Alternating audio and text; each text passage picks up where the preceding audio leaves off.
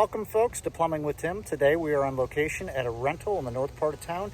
I'm going to take a few moments and I'm going to show you the do's and don'ts of what it takes to be successful when you go to a customer's house when you're doing a renovation, and what to expect and look out for when you have to follow other contractors that were there before you. So let's go. All right, so we're at a townhome that has been re-renovated, and we were asked to come in here to put everything together and replace valves, do all that other stuff, and set toilets and vanities.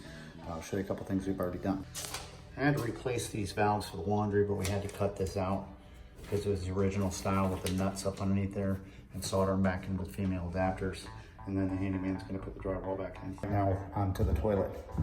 This right here is the part that's got the toilet and a Roman tub in here. And the toilet got pulled by somebody months ago and set down in the tub and didn't get touched.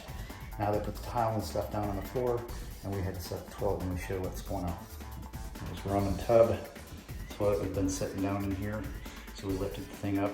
It's been reset.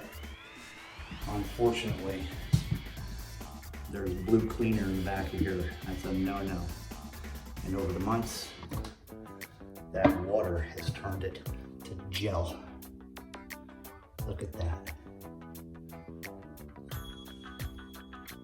Now, after further investigating, I ended up talking to the handyman that's working and doing repairs around here. He told me that he had found a packet laying on the floor upstairs here, and he believes it was from the guys that did the floor, and that's what they end up doing is they dump this packet of stuff into a toilet water when they pull the toilets up in order to put the floor down so it turns into a gel. That way it doesn't go all over the place. If this is true, floor guys, please don't do that. I don't care if you just gotta add water and it liquefies and stuff. Anyway about it, that's no good for my plumbing and the drains and stuff down there, not to mention the crap back here in the back of the toilet. That right there will void the warranty on a new toilet. Even though this isn't a new toilet, it will rot those bolts out, and before I know it, it'll leak. And second of all, it's on the second floor. How about having that stuff on your floor? It will stain and you won't be able to get it up.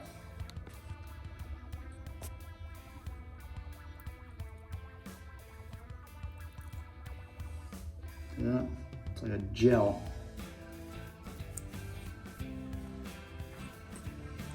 Anyway, about it, we're gonna have to make some adjustments. Just wanted to show you some of the crap that I run into here on an everyday basis and what I have to follow up after other tradesmen have come in to do their work and stuff. And I don't care if it's approved and how many thousands of toilets you guys put that stuff in. Don't do it, please. Do me a favor, and the rest of the plumbers that follow you, don't put that stuff in the toilet, thanks. I have another vanity. It's a smaller one that's going in this downstairs bathroom. Just put this three-piece faucet together. I had to do it by getting up underneath in this access panel hole. These little connections and stuff up there. Now I gotta try to sneak my drain and everything in this little area back behind here. It's gonna be a tight fit, and we're gonna have to center this one because it's on the first floor. It's going right there. And the plumbing is offset center by about an inch or so. So I think I got that, but my problem is there was an old trap adapter on here. I had it chipped off of there, and I'm gonna have to offset it like the other one with like a couple 22s to bring that drain up high enough so it'll reach through that hole and my P-trap can rest down on the floor of the cabinet. Yeah, if you're ever working inside of a house, doesn't matter if it's new or old, especially in a renovated house with new flooring and stuff, you've gotta glue things.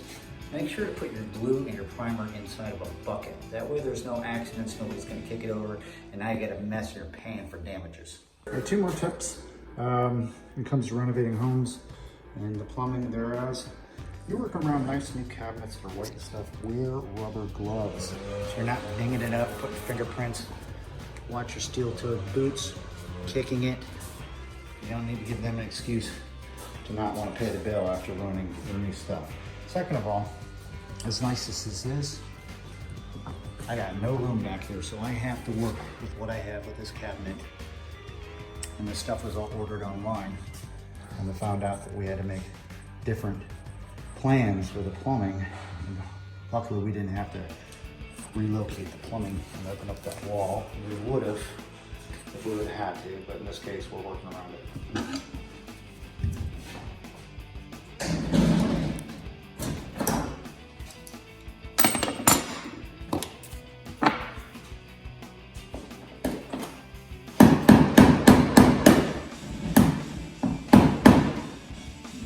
right there. The last shower will close out before we have access. We're going to try to get this top loose. I don't think I can get the screwdriver down from the top end.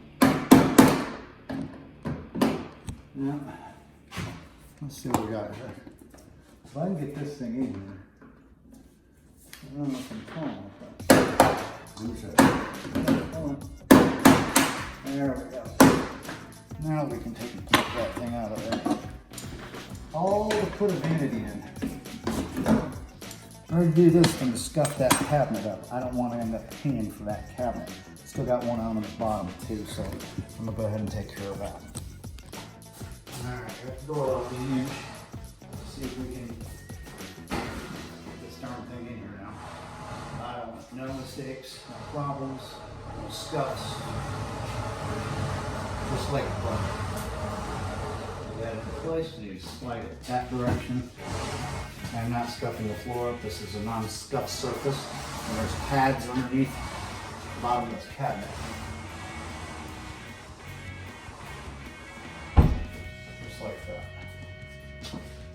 Alright, so the cabinet went in pretty good. And handyman's gonna have to cut the back of the drawer a little bit to accommodate that and offset that drain. Just get this thing to set in, but it came out looking nice. No fingerprints. Doors back on the hinges. Pullets in, sealed. Looks good. We got the backsplash on here. It's all been caulked and stuff. I had to stuff these between here because this backsplash wasn't straight. I don't know if it was a wall or whatever, but this kind of put that in place to hold that backsplash there in order to set up right. We're gonna ran water in here, no leaks.